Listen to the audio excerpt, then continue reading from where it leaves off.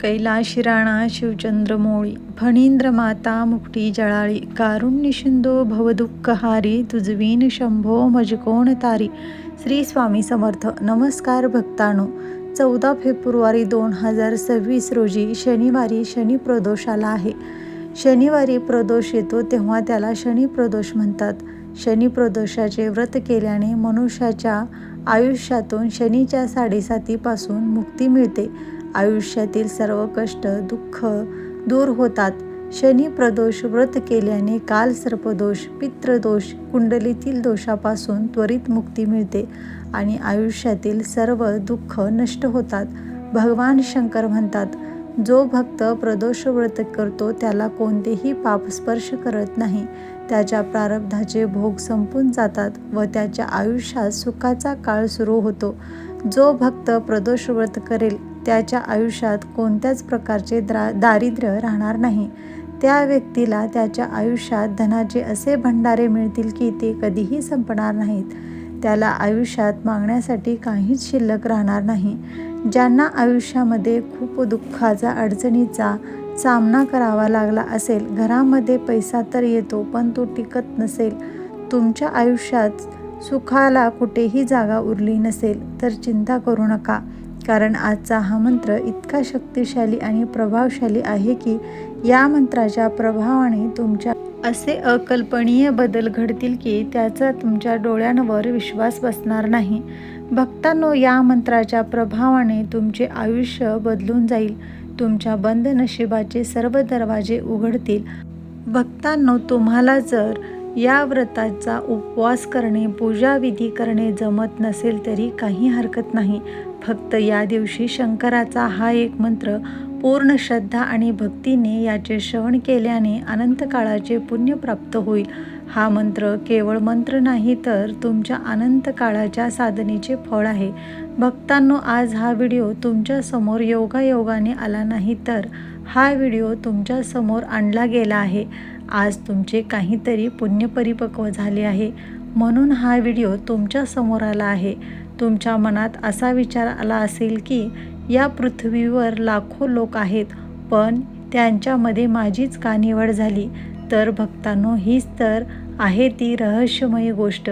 कारण आज तुमचे आयुष्यात काहीतरी मोठे आणि महान योजले आहे ज्याची तुम्हाला कल्पनासुद्धा नाही. भक्तांनो, आज तुमचे सर्व दुःख, सर्व वेदना परमेश्वर दूर करणार आहे. आज तुमच्या आयुष्यात असा मोठा आणि महान चमत्कार होणार आहे ज्याची तुम्हाला कल्पनासुद्धा नसेल. भक्तांनो, तुम्ही जर या चमत्कारासाठी तयार असाल तर होय असे स्वीकृती द्या व आज आत्ता चालू क्षणाला हा मंत्र ऐकायला सुरुवात करा. भक्तांनो, तुम्हाला जर भगवान शंकरांचे अनंत आशीर्वाद हवे असतील तर आत्ताच कमेंटमध्ये हर हर महादेव लिहा व चॅनलला सबस्क्राईब करा व व्हिडिओ आवडल्यास व्हिडिओला लाईक करायला विसरू नका. चला तर भक्तांनो, तो अद्भुत आणि चमत्कारिक मंत्र कोणता आहे ते जाणून घेऊयात. ओम नमो नीलकंठाय उमापतये नमः. ओम नीलकंठाय उमापतये नमः. ओम नीलकंठाय उमापतये नमः. ओम नीलकंठाय उमापतये नमः. ओम नीलकंठाय उमापतये नमः. ओम नीलकंठाय उमापतये नमः. ओम नीलकंठाय उमापतये नमः. ओम नमो नीलकंठाय उमापतये नमः. ओम नीलकंठाय उमापतये नमः. ओम नीलकंठाय उमापतये नमः. ओम नीलकंठाय उमापतये नमः. ओम नीलकंठाय उमापतये नमः. ओम नीलकंठाय उमापतये नमः. ओम नीलकंठाय उमापतये नमः. ओम नमो नीलकंठाय उमापतये नमः. ओम नीलकंठाय उमापतये नमः. ओम नीलकंठाय उमापतये नमः. ओम नीलकंठाय उमापतये नमः. ओम नीलकंठाय उमापतये नमः। ओम नीलकंठाय उमापतये नमः। ओम नीलकंठाय उमापतये नमः। ओम नमो नीलकंठाय उमापतये नमः। ओम नीलकंठाय उमापतये नमः। ओम नीलकंठाय उमापतये नमः। ओम नीलकंठाय उमापतये नमः। ओम नीलकंठाय उमापतये नमः। ओम नीलकंठाय उमापतये नमः। ओम नीलकंठाय उमापतये नमः। ओम नमो नीलकंठाय उमापतये नमः। ओम नीलकंठाय उमापतये नमः। ओम नीलकंठाय उमापतये नमः। ओम नीलकंठाय उमापतये नमः। ओम नीलकंठाय उमापतये नमः। ओम नीलकंठाय उमापतये नमः। ओम नीलकंठाय उमापतये नमः।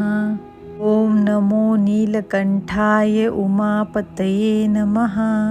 ओम नीलकंठाय उमापतये नमः। ओम नीलकंठाय उमापतये नमः। ओम नीलकंठाय उमापतये नमः। ओम नीलकंठाय उमापतये नमः। ओम नीलकंठाय उमापतये नमः। ओम नीलकंठाय उमापतये नमः। ओम नमो नीलकंठाय उमापतये नमः। ओम नीलकंठाय उमापतये नमः। ओम नीलकंठाय उमापतये नमः।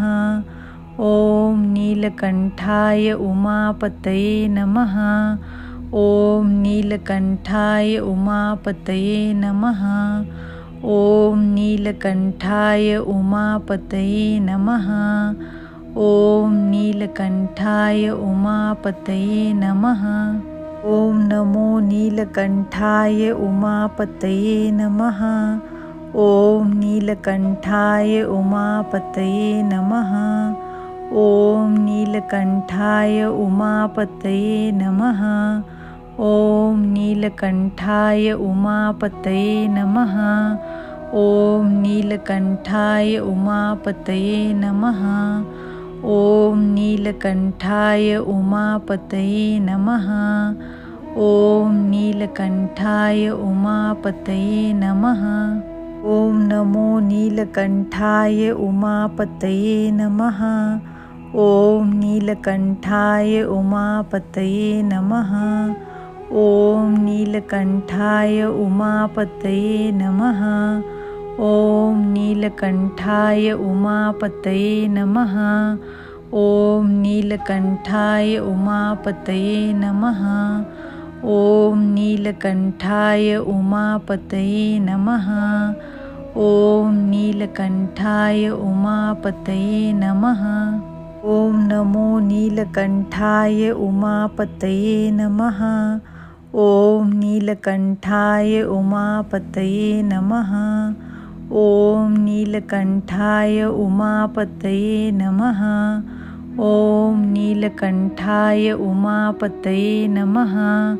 ओम नीलकंठाय उमापतये नमः। ओम नीलकंठाय उमापतये नमः।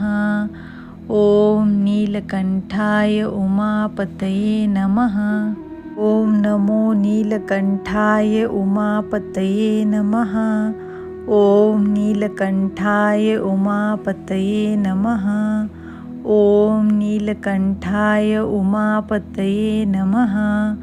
ओम नीलकंठाय उमापतये नमः। ओम नीलकंठाय उमापतये नमः। ओम नीलकंठाय उमापतये नमः। ओम नीलकंठाय उमापतये नमः। ओम नमो नीलकंठाय उमापतये नमः। ओम नीलकंठाय उमापतये नमः। ओम नीलकंठाय उमापतये नमः। ओम नीलकंठाय उमापतये नमः।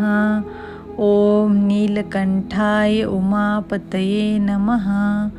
ओम नीलकंठाय उमापतये नमः। ओम नीलकंठाय उमापतये नमः। ओम नमो नीलकंठाय उमापतये नमः। ओम नीलकंठाय उमापतये नमः। ओम नीलकंठाय उमापतये नमः। ओम नीलकंठाय उमापतये नमः। ओम नीलकंठाय उमापतये नमः। ओम नीलकंठाय उमापतये नमः। ओम नीलकंठाय उमापतये नमः। ओम नमो नीलकंठाय उमापतये नमः। ओम नीलकंठाय उमापतये नमः। ओम नीलकंठाय उमापतये नमः। ओम नीलकंठाय उमापतये नमः। ओम नीलकंठाय उमापतये नमः। ओम नीलकंठाय उमापतये नमः।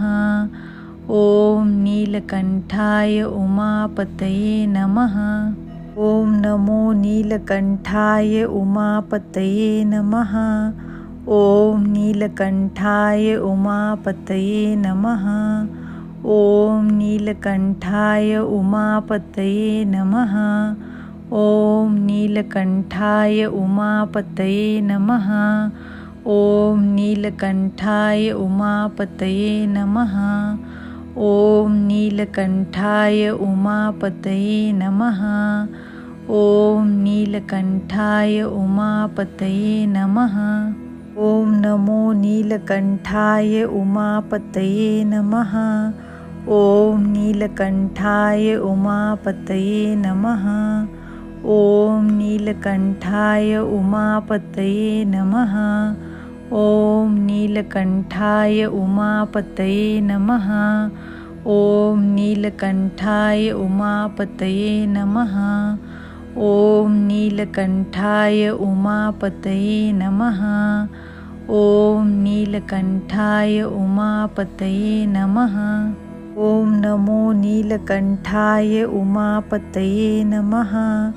ओम नीलकंठाय उमापतये नमः। ओम नीलकंठाय उमापतये नमः। ओम नीलकंठाय उमापतये नमः। ओम नीलकंठाय उमापतये नमः। ओम नीलकंठाय उमापतये नमः। ओम नीलकंठाय उमापतये नमः। ओम नमो नीलकंठाय उमापतये नमः। ओम नीलकंठाय उमापतये नमः। ओम नीलकंठाय उमापतये नमः। ओम नीलकंठाय उमापतये नमः। ओम नीलकंठाय उमापतये नमः। ओम नीलकंठाय उमापतये नमः। ओम नीलकंठाय उमापतये नमः। ओम नमो नीलकंठाय उमापतये नमः। ओम नीलकंठाय उमापतये नमः। ओम नीलकंठाय उमापतये नमः। ओम नीलकंठाय उमापतये नमः। ओम नीलकंठाय उमापतये नमः। ओम नीलकंठाय उमापतये नमः। ओम नीलकंठाय उमापतये नमः। ओम नमो नीलकंठाय उमापतये नमः। ओम नीलकंठाय उमापतये नमः। ओम नीलकंठाय उमापतये नमः। ॐ नीलकण्ठाय उमापतये नमः। ॐ नीलकण्ठाय उमापतये नमः। ॐ नीलकण्ठाय उमापतये नमः। ॐ नीलकण्ठाय उमापतये नमः। ॐ नमो नीलकण्ठाय उमापतये नमः। ॐ नीलकण्ठाय उमापतये नमः। ॐ नीलकण्ठाय उमापतये नमः। ॐ नीलकण्ठाय उमापतये नमः। ॐ नीलकण्ठाय उमापतये नमः। ॐ नीलकण्ठाय उमापतये नमः। ॐ नीलकण्ठाय उमापतये नमः। ॐ नमो नीलकण्ठाय उमापतये नमः। ॐ नीलकण्ठाय उमापतये नमः। ॐ नीलकण्ठाय उमापतये नमः। ॐ नीलकण्ठाय उमापतये नमः। ॐ नीलकण्ठाय उमापतये नमः। ॐ नीलकण्ठाय उमापतये नमः। ॐ नीलकण्ठाय उमापतये नमः। ॐ नमो नीलकण्ठाय उमापतये नमः। ॐ नीलकण्ठाय उमापतये नमः। ॐ नीलकण्ठाय उमापतये नमः। ॐ नीलकण्ठाय उमापतये नमः। ॐ नीलकण्ठाय उमापतये नमः। ॐ नीलकण्ठाय उमापतये नमः। ॐ नीलकण्ठाय उमापतये नमः। ॐ नमो नीलकण्ठाय उमापतये नमः। ॐ नीलकण्ठाय उमापतये नमः। ॐ नीलकण्ठाय उमापतये नमः। ॐ नीलकण्ठाय उमापतये नमः। ॐ नीलकण्ठाय उमापतये नमः। ॐ नीलकण्ठाय उमापतये नमः। ॐ नीलकण्ठाय उमापतये नमः। ॐ नमो नीलकण्ठाय उमापतये नमः। ॐ नीलकण्ठाय उमापतये नमः। ॐ नीलकण्ठाय उमापतये नमः। ॐ नीलकण्ठाय उमापतये नमः। ॐ नीलकण्ठाय उमापतये नमः। ॐ नीलकण्ठाय उमापतये नमः। ॐ नीलकण्ठाय उमापतये नमः। ॐ नमो नीलकण्ठाय उमापतये नमः। ॐ नीलकण्ठाय उमापतये नमः। ॐ नीलकण्ठाय उमापतये नमः। ॐ नीलकण्ठाय उमापतये नमः। ॐ नीलकण्ठाय उमापतये नमः। ॐ नीलकण्ठाय उमापतये नमः। ॐ नीलकण्ठाय उमापतये नमः। ॐ नमो नीलकण्ठाय उमापतये नमः। ॐ नीलकण्ठाय उमापतये नमः। ॐ नीलकण्ठाय उमापतये नमः। ॐ नीलकण्ठाय उमापतये नमः। ॐ नीलकण्ठाय उमापतये नमः। ॐ नीलकण्ठाय उमापतये नमः। ॐ नीलकण्ठाय उमापतये नमः। ॐ नमो नीलकण्ठाय उमापतये नमः। ॐ नीलकण्ठाय उमापतये नमः। ॐ नीलकण्ठाय उमापतये नमः। ॐ नीलकण्ठाय उमापतये नमः। ॐ नीलकण्ठाय उमापतये नमः। ॐ नीलकण्ठाय उमापतये नमः। ओम नीलकंठाय उमापतये नमः। ओम नमो नीलकंठाय उमापतये नमः। ओम नीलकंठाय उमापतये नमः। ओम नीलकंठाय उमापतये नमः। ओम नीलकंठाय उमापतये नमः। ओम नीलकंठाय उमापतये नमः। ओम नीलकंठाय उमापतये नमः। ओम नीलकंठाय उमापतये नमः। ओम नमो नीलकंठाय उमापतये नमः। ओम नीलकंठाय उमापतये नमः। ओम नीलकंठाय उमापतये नमः। ओम नीलकंठाय उमापतये नमः। ओम नीलकंठाय उमापतये नमः। ओम नीलकंठाय उमापतये नमः। ओम नीलकंठाय उमापतये नमः। ओम नमो नीलकंठाय उमापतये नमः। ओम नीलकंठाय उमापतये नमः। ओम नीलकंठाय उमापतये नमः। ओम नीलकंठाय उमापतये नमः। ओम नीलकंठाय उमापतये नमः।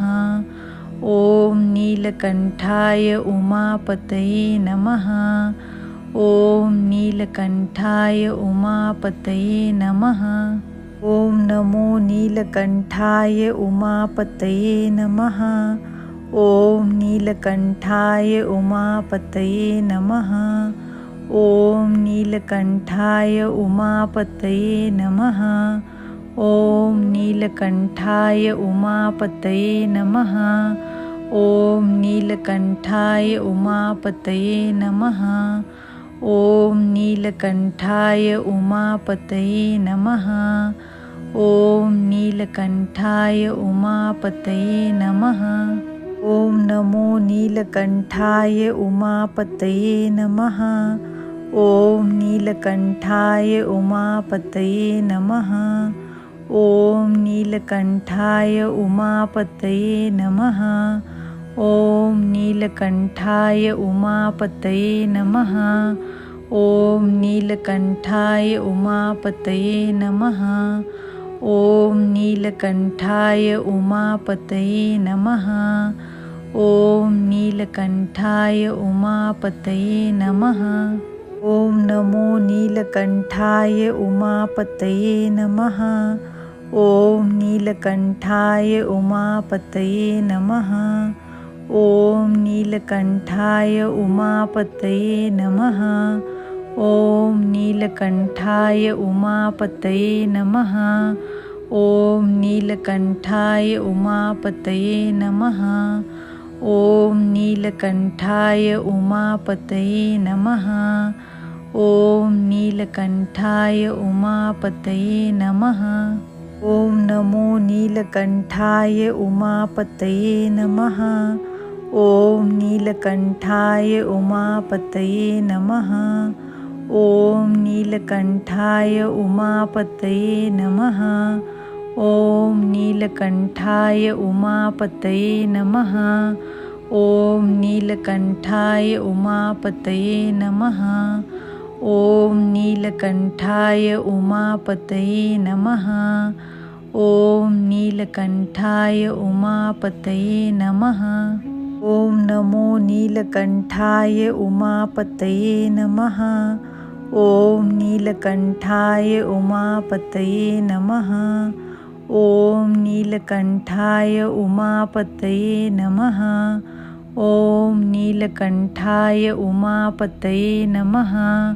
ओम नीलकंठाय उमापतये नमः। ओम नीलकंठाय उमापतये नमः। ओम नीलकंठाय उमापतये नमः। ओम नमो नीलकंठाय उमापतये नमः। ओम नीलकंठाय उमापतये नमः। ओम नीलकंठाय उमापतये नमः। ओम नीलकंठाय उमापतये नमः। ओम नीलकंठाय उमापतये नमः। ओम नीलकंठाय उमापतये नमः। ओम नीलकंठाय उमापतये नमः। ओम नमो नीलकंठाय उमापतये नमः। ओम नीलकंठाय उमापतये नमः। ओम नीलकंठाय उमापतये नमः। ओम नीलकंठाय उमापतये नमः। ओम नीलकंठाय उमापतये नमः। ओम नीलकंठाय उमापतये नमः। ओम नीलकंठाय उमापतये नमः। ओम नमो नीलकंठाय उमापतये नमः। ओम नीलकंठाय उमापतये नमः। ओम नीलकंठाय उमापतये नमः। ओम नीलकंठाय उमापतये नमः। ओम नीलकंठाय उमापतये नमः। ओम नीलकंठाय उमापतये नमः। ओम नीलकंठाय उमापतये नमः। ओम नमो नीलकंठाय उमापतये नमः। ओम नीलकंठाय उमापतये नमः। ओम नीलकंठाय उमापतये नमः। ओम नीलकंठाय उमापतये नमः। ओम नीलकंठाय उमापतये नमः। ओम नीलकंठाय उमापतये नमः। ओम नीलकंठाय उमापतये नमः। ओम नमो नीलकंठाय उमापतये नमः। ओम नीलकंठाय उमापतये नमः। ओम नीलकंठाय उमापतये नमः। ओम नीलकंठाय उमापतये नमः।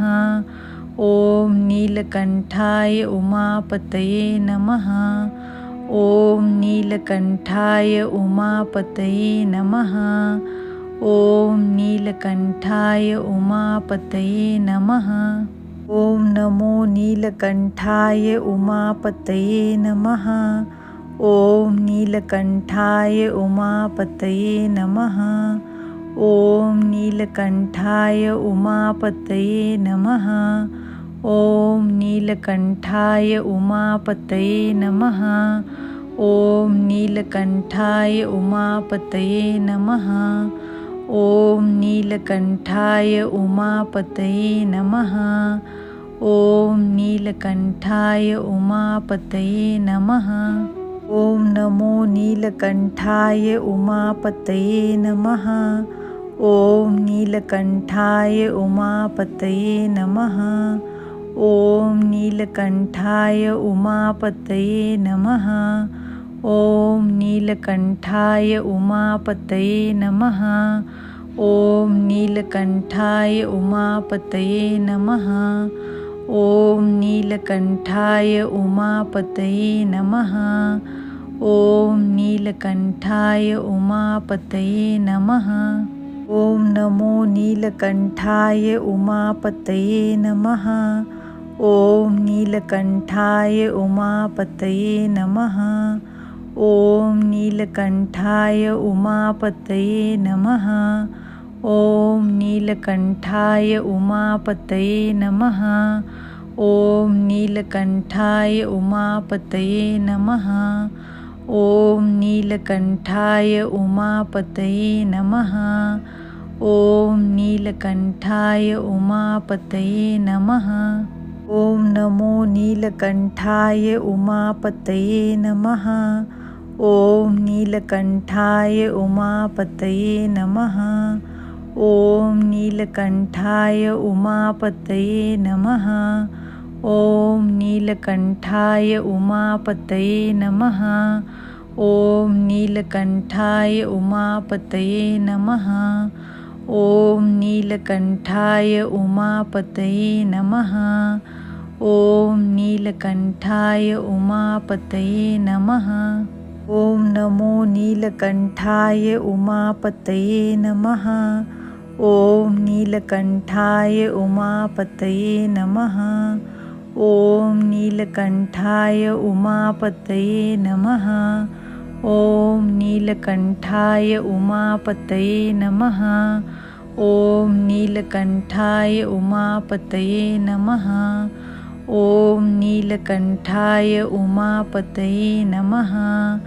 ॐ नीलकण्ठाय उमापतये नमः।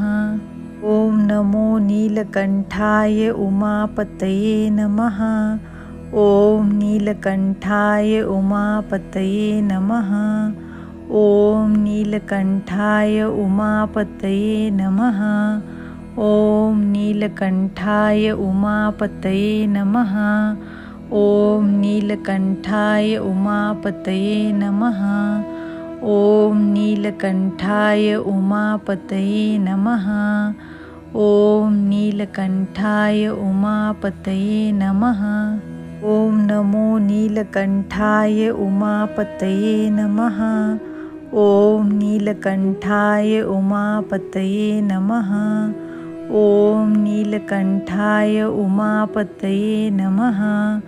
ॐ नीलकण्ठाय उमापतये नमः। ॐ नीलकण्ठाय उमापतये नमः। ॐ नीलकण्ठाय उमापतये नमः। ॐ नीलकण्ठाय उमापतये नमः। ॐ नमो नीलकण्ठाय उमापतये नमः। ॐ नीलकण्ठाय उमापतये नमः। ॐ नीलकण्ठाय उमापतये नमः। ॐ नीलकण्ठाय उमापतये नमः। ॐ नीलकण्ठाय उमापतये नमः। ॐ नीलकण्ठाय उमापतये नमः। ॐ नीलकण्ठाय उमापतये नमः। ॐ नमो नीलकण्ठाय उमापतये नमः। ॐ नीलकण्ठाय उमापतये नमः। ॐ नीलकण्ठाय उमापतये नमः। ॐ नीलकण्ठाय उमापतये नमः। ॐ नीलकण्ठाय उमापतये नमः। ॐ नीलकण्ठाय उमापतये नमः। ॐ नीलकण्ठाय उमापतये नमः। ॐ नमो नीलकण्ठाय उमापतये नमः। ॐ नीलकण्ठाय उमापतये नमः। ॐ नीलकण्ठाय उमापतये नमः। ॐ नीलकण्ठाय उमापतये नमः। ॐ नीलकण्ठाय उमापतये नमः। ॐ नीलकण्ठाय उमापतये नमः। ॐ नीलकण्ठाय उमापतये नमः। ॐ नमो नीलकण्ठाय उमापतये नमः। ॐ नीलकण्ठाय उमापतये नमः। ॐ नीलकण्ठाय उमापतये नमः। ॐ नीलकण्ठाय उमापतये नमः। ॐ नीलकण्ठाय उमापतये नमः। ॐ नीलकण्ठाय उमापतये नमः। ॐ नीलकण्ठाय उमापतये नमः। ॐ नमो नीलकण्ठाय उमापतये नमः। ॐ नीलकण्ठाय उमापतये नमः। ॐ नीलकण्ठाय उमापतये नमः। ॐ नीलकण्ठाय उमापतये नमः। ॐ नीलकण्ठाय उमापतये नमः। ॐ नीलकण्ठाय उमापतये नमः। ॐ नीलकण्ठाय उमापतये नमः। ॐ नमो नीलकण्ठाय उमापतये नमः। ॐ नीलकण्ठाय उमापतये नमः। ॐ नीलकण्ठाय उमापतये नमः। ॐ नीलकण्ठाय उमापतये नमः। ॐ नीलकण्ठाय उमापतये नमः। ॐ नीलकण्ठाय उमापतये नमः। ॐ नीलकण्ठाय उमापतये नमः। ॐ नमो नीलकण्ठाय उमापतये नमः। ॐ नीलकण्ठाय उमापतये नमः। ॐ नीलकण्ठाय उमापतये नमः। ॐ नीलकण्ठाय उमापतये नमः। ॐ नीलकण्ठाय उमापतये नमः। ॐ नीलकण्ठाय उमापतये नमः। ॐ नीलकण्ठाय उमापतये नमः। ॐ नमो नीलकण्ठाय उमापतये नमः। ॐ नीलकण्ठाय उमापतये नमः। ॐ नीलकण्ठाय उमापतये नमः। ॐ नीलकण्ठाय उमापतये नमः। ॐ नीलकण्ठाय उमापतये नमः। ॐ नीलकण्ठाय उमापतये नमः। ॐ नीलकण्ठाय उमापतये नमः। ॐ नमो नीलकण्ठाय उमापतये नमः। ॐ नीलकण्ठाय उमापतये नमः। ॐ नीलकण्ठाय उमापतये नमः। ॐ नीलकण्ठाय उमापतये नमः। ॐ नीलकण्ठाय उमापतये नमः। ॐ नीलकण्ठाय उमापतये नमः। ॐ नीलकण्ठाय उमापतये नमः। ॐ नमो नीलकण्ठाय उमापतये नमः। ॐ नीलकण्ठाय उमापतये नमः। ॐ नीलकण्ठाय उमापतये नमः। ॐ नीलकण्ठाय उमापतये नमः। ॐ नीलकण्ठाय उमापतये नमः। ॐ नीलकण्ठाय उमापतये नमः। ॐ नीलकण्ठाय उमापतये नमः। ॐ नमो नीलकण्ठाय उमापतये नमः। ॐ नीलकण्ठाय उमापतये नमः। ॐ नीलकण्ठाय उमापतये नमः। ॐ नीलकण्ठाय उमापतये नमः। ॐ नीलकण्ठाय उमापतये नमः। ॐ नीलकण्ठाय उमापतये नमः। ॐ नीलकण्ठाय उमापतये नमः। ॐ नमो नीलकण्ठाय उमापतये नमः। ॐ नीलकण्ठाय उमापतये नमः। ॐ नीलकण्ठाय उमापतये नमः। ॐ नीलकण्ठाय उमापतये नमः। ॐ नीलकण्ठाय उमापतये नमः।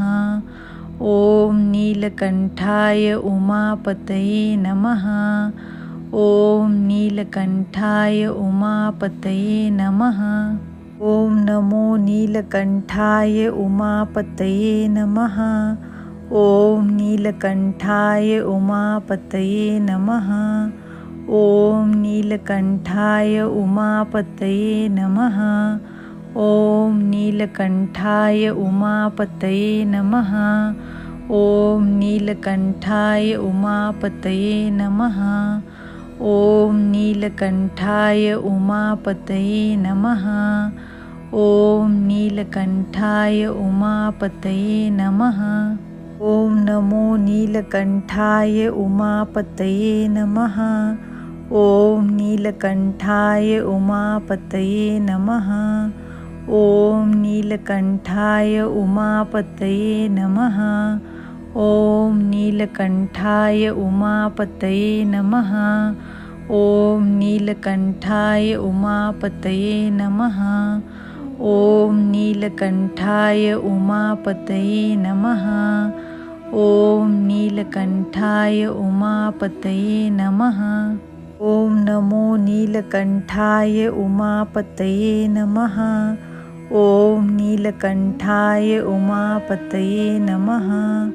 ओम नीलकंठाय उमापतये नमः. ओम नीलकंठाय उमापतये नमः. ओम नीलकंठाय उमापतये नमः.